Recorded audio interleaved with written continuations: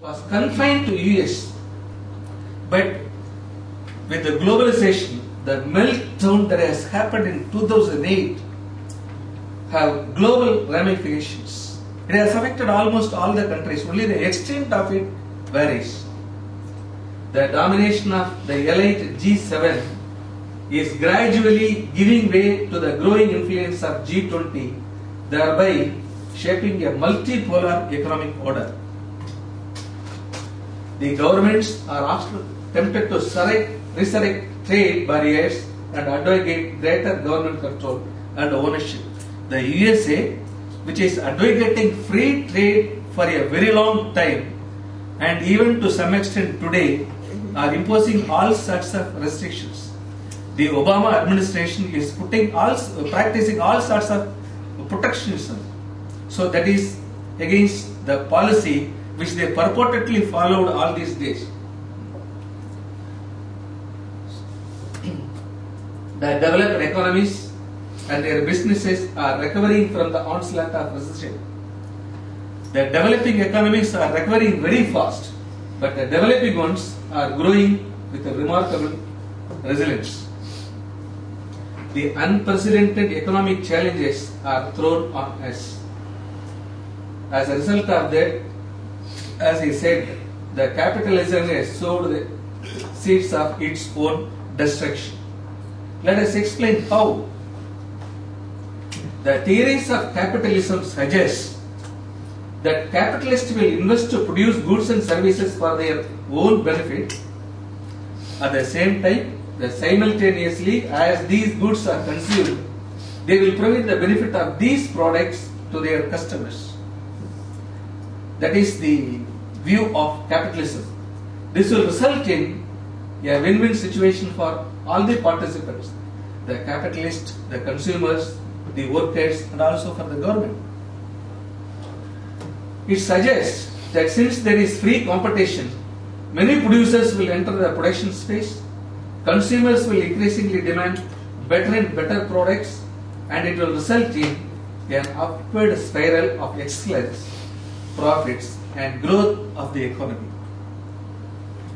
Clearly, this was the common thinking during the past 200 years, that is from 18,000 to 2000, and the world saw a great economic growth.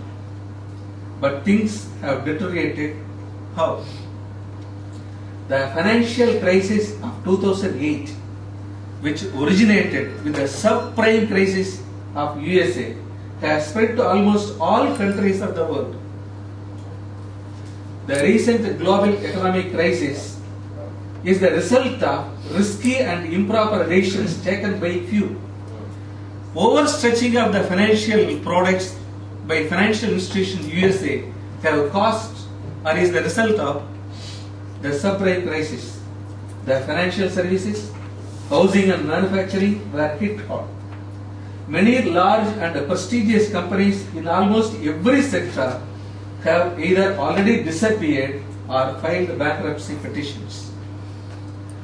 See, the world has quite shocked when the world leaders like AIG, GM, Lehman Brothers have bungled and made a beeline to file for bankruptcy petitions. In the light of recent economic turmoil, we need to look out the emerging economic landscape, analyze and systematically identify the potential scenarios and chart the course forward.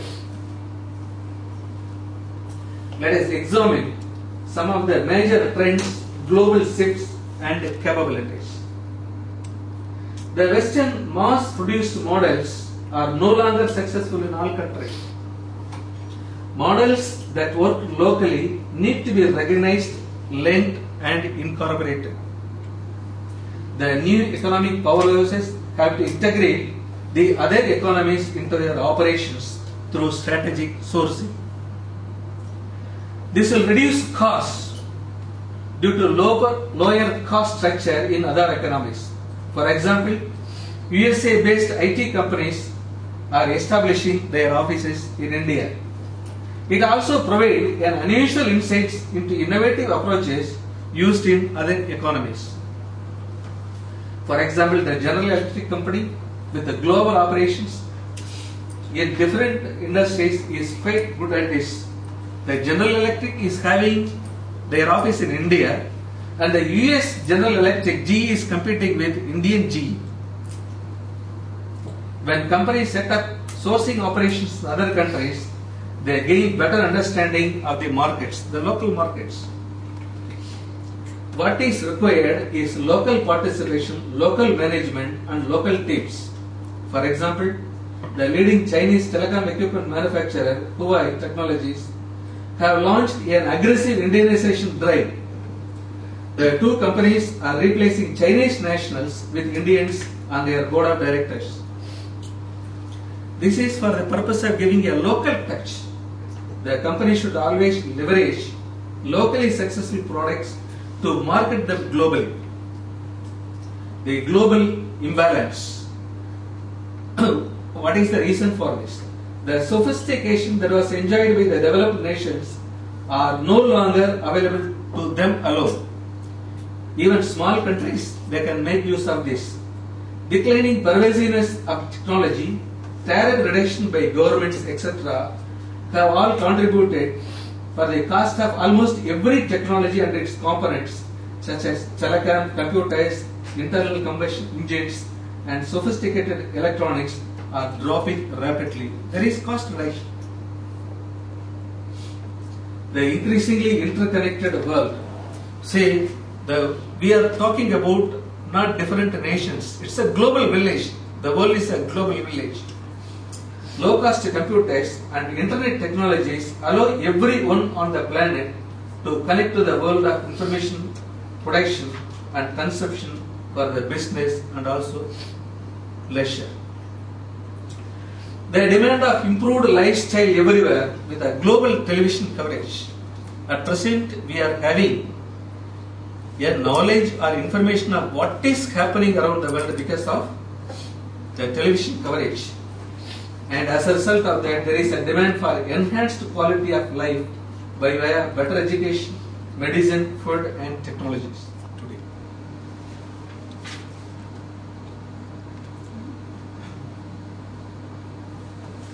today. My topic of speech today is financial development in Southeast Asia. We are now talking about Southeast Asia. Actually, previously the discussion centered only on America or Europe, whether it is on the political front or on economical front. What is the reason for the shift? Why we have shifted the discussion from America or Europe to Asia? It is a success story of Southeast Asian countries. Let us trace the historical background. The Industrial Revolution have paved the way for development of the European nations. The various nations followed various economic systems for their country's development. The two major economic systems are, one is the capitalism, led by USA, and another one is communism, led by USSR. The other nations followed different variations of the two systems. For example, India followed a mixed economy. It's nothing but taking some features from capitalism and taking some features from communism and mixing it both and following that system that is called as the mixed economy. The capitalism and communism went on well. The theories of economic development, that is the capitalism and communism, were not disputed for a long time.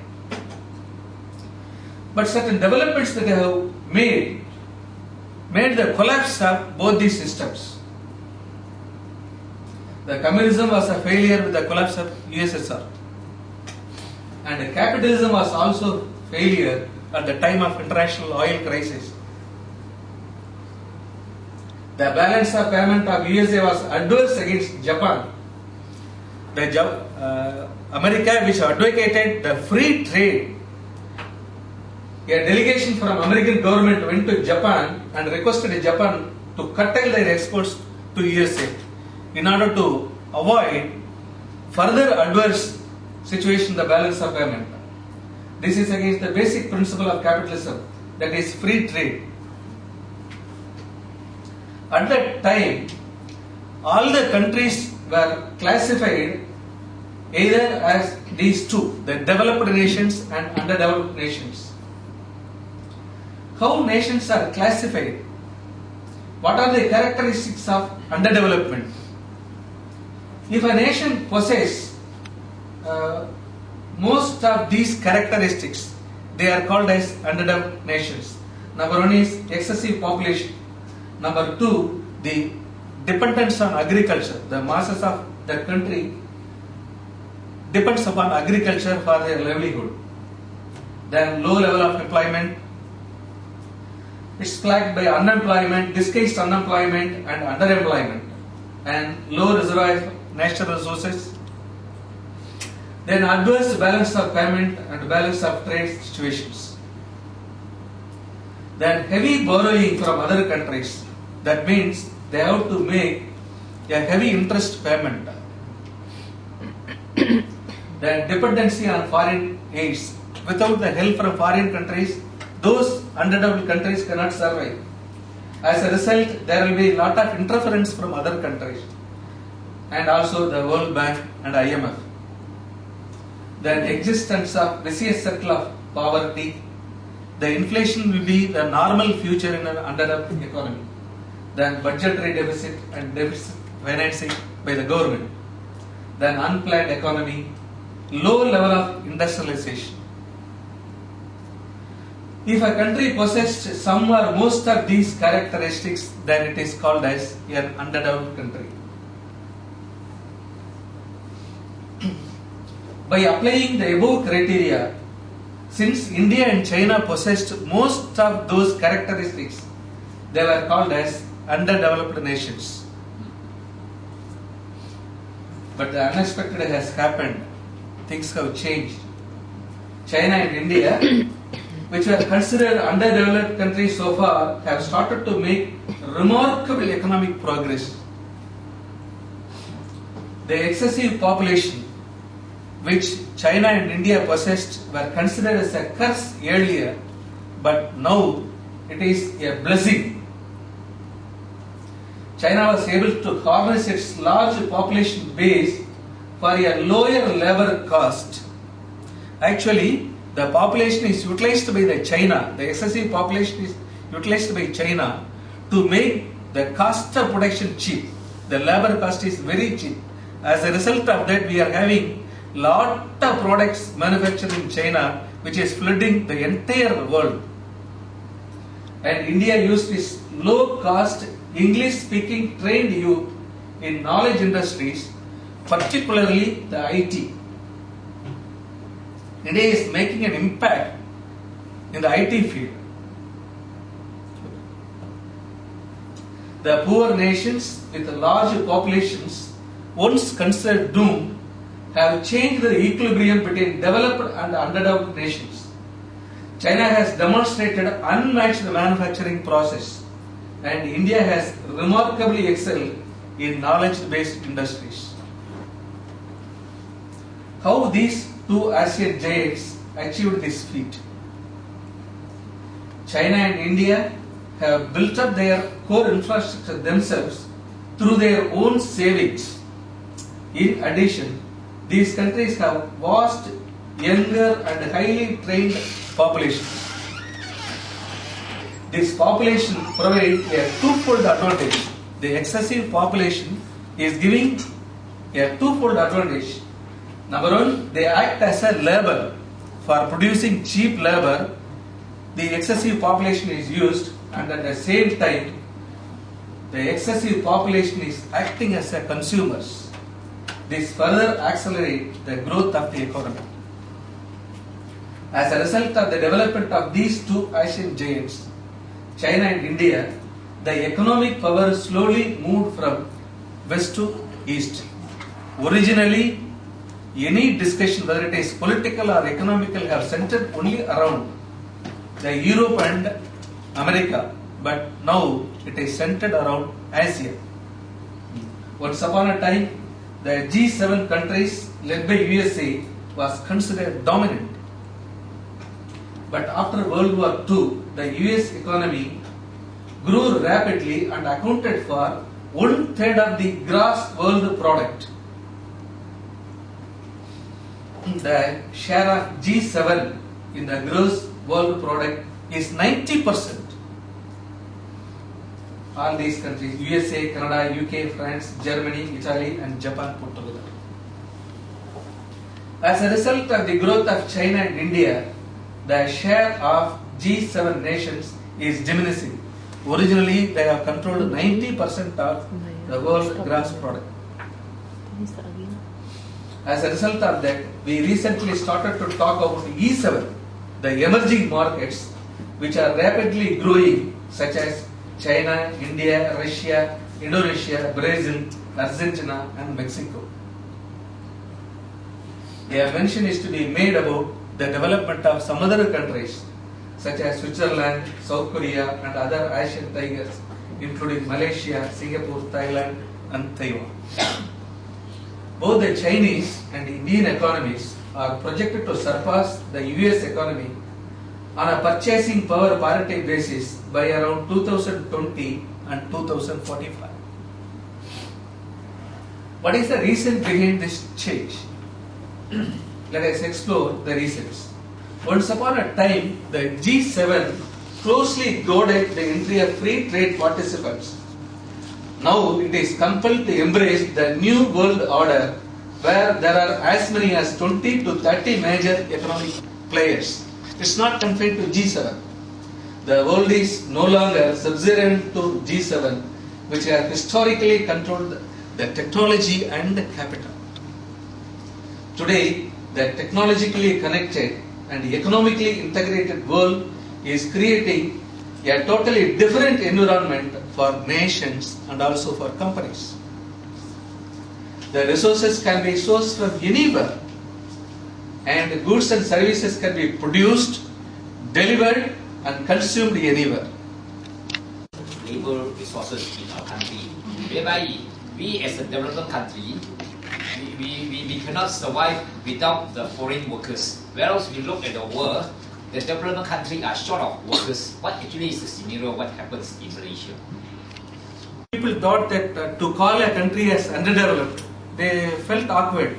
They changed the nomenclature as developing. So meaning but the developing countries means it is developing. It is not yet developed, but it is developing. It's using its resources. that underdeveloped